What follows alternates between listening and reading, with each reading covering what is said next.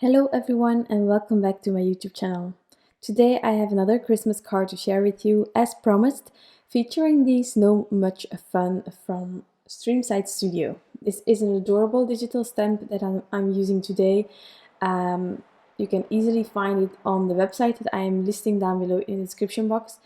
You have tons and tons of images in this digital stamp. I already used a few in a previous card, the dog and another snowman, and I had so much fun creating it that actually immediately afterwards I created this card as well. But of course, due to voiceovers, editing and then vlogs, I didn't got to share it with you as I said back then. And since we are in July and it's Christmas in July, well, I'm sharing it today and I'm really happy that I finally got to do that. So I printed these images out on Transotype perfect coloring paper using my laser printer. You can also print digital stamps with an inkjet. Just make sure that it's dry enough, let it set for a day, maybe heat set it if you want to be sure. Test it out with another image and then you can go for freebies that are out there, but just print another ordinary image just out that is black and white and try to color it, an image that you just didn't got to pay for it, and then you can see whether it works or not.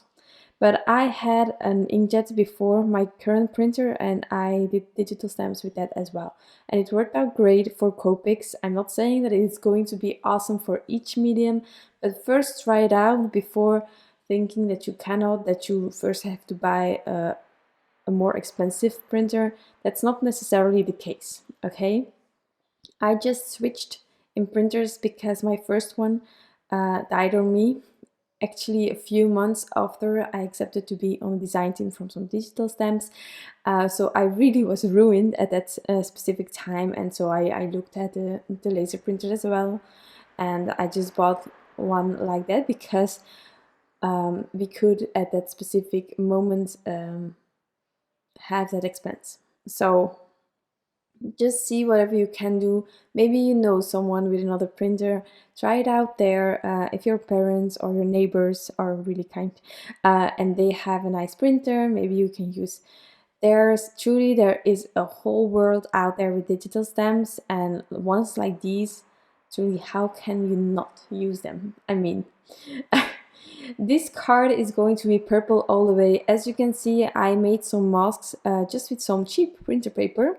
I also have masking paper, but then I have to do all the settings on my printer. And you know, I'm one of those people that get new things. Well, now it's already a year or more old, but I never read manuals. So if it's obvious how to change things, then I definitely do that. If it's not that clear from the get-go, I'm most of the time just trying to avoid having to change things. So settings is one of them. So I use cheap printer paper. I cut it out, first cut that out, and then I use some repositionable tape to add it as a mask. I will not always do this technique, but it's a cheap technique and it works great as well. So I did some ink blending, as you can see, a gradient with some purple distressings and then some black soot on the top. Something that I really love doing, and whenever I create Christmas cards, you can just leave the bottom white and have it represent snow. Snow is always a bit fluffy and airy, so this way I have my snow on the bottom. And as you might see here, it's really tiny, so but I didn't fussy cut in between the arms of the snowman because that was just going to be too much fuss, and I didn't want to do it. Plus, you also need to be able to adhere the things on top, and since I don't use the masking paper here, there wasn't really an easy way to get the stickiness on the back of the arms when they were separate. So I kept it like that, and then later on I will try to find a purple marker that will help, or pink, or whatever. I will try to find the marker that is going to fit with the rest of my background. And actually, later on, looking at it, I don't think you really see it, but there is some fussy and some magic things going on here, you know. So Copic Markers, not a ton, but every combination that I use is back on my blog post. Also links every time in my description box towards my blog post. so you can easily retrieve all of the combinations. This tree is going in brown, of course. I'm also using this combination on the arms of the snowman because it's also wood. Yes, and so this one is decorating the tree. I went for all purples, and then of course I had this struggle how to color that lovely ornament that is going to hang. And then of course I grabbed yellow because, strangely enough, yellow and purple, they reinforce each other so well. So I just went for that.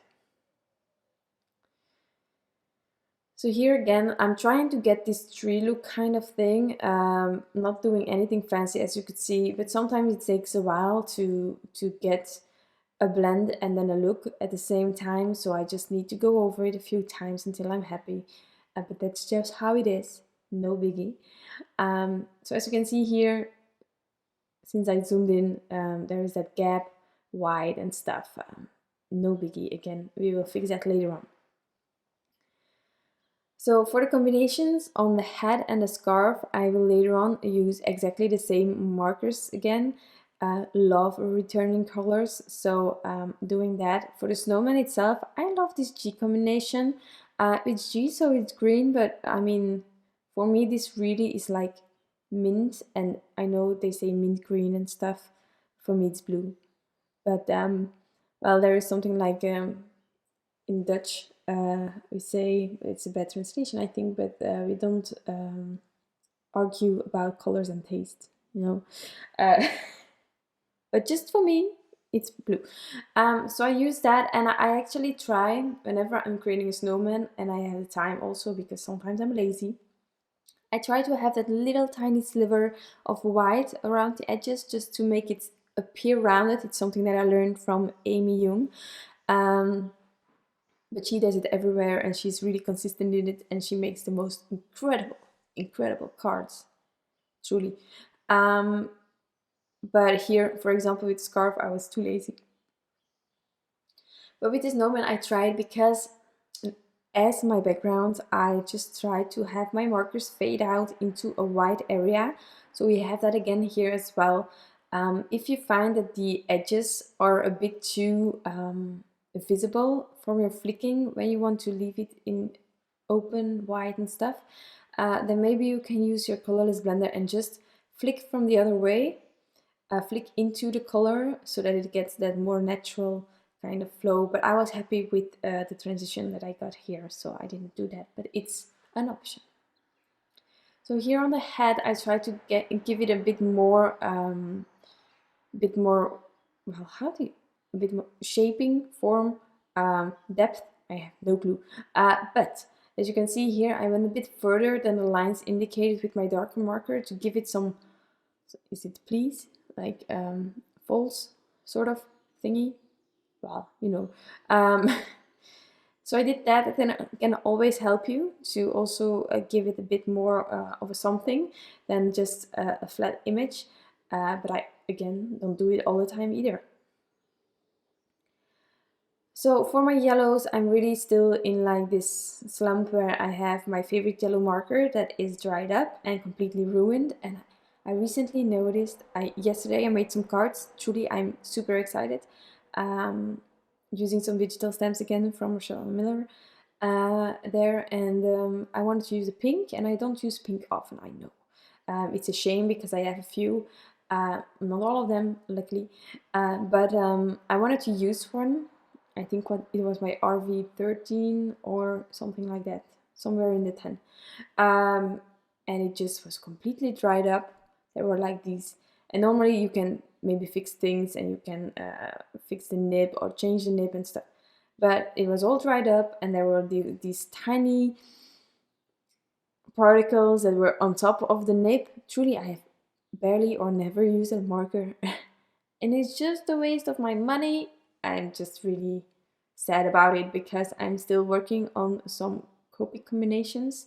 And I was thinking about doing the pinks. I don't have a ton of them, so I don't think that I can do tons of combinations for you, but I want to try it, and maybe I have a new combination for myself to use then on cards.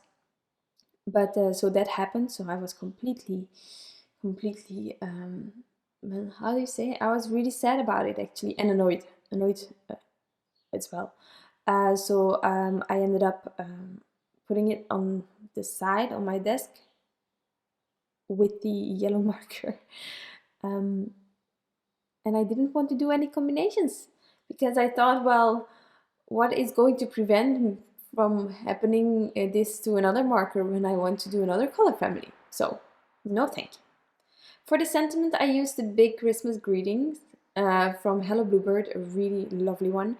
I doubted about using it on vellum, and there I white heat embossed it, but then I liked it completely crooked, so I couldn't use it, so it was like a sign. So I went for the black. Unfortunately, I put it just a bit too high, in my opinion. It works, but if I had to remake this card, which I normally will not because I don't like remaking things, I would put it a bit lower so that it would all tie a bit more together. But actually I was holding my liner here, or my ruler, for actually the M from the Mary, and then I use it to put like the E or Y on top, because there was a bigger piece or bigger part so that it could be more straight, and so it ended up too high. But it's a lovely sentiment. I love this image and it kind of works. I can still, if I want to tie it more together, I can also add some embellishments, maybe like so those snowflake sprinkles, if you know what I mean, and that can bring a bit more white in between the image and the sentiment. But for now, this is my card. I hope that you enjoyed this video. Thank you so much for being here. I truly appreciate you all. And I wish you all an incredible day, and I'll be back soon with some new crafty inspiration. Bye!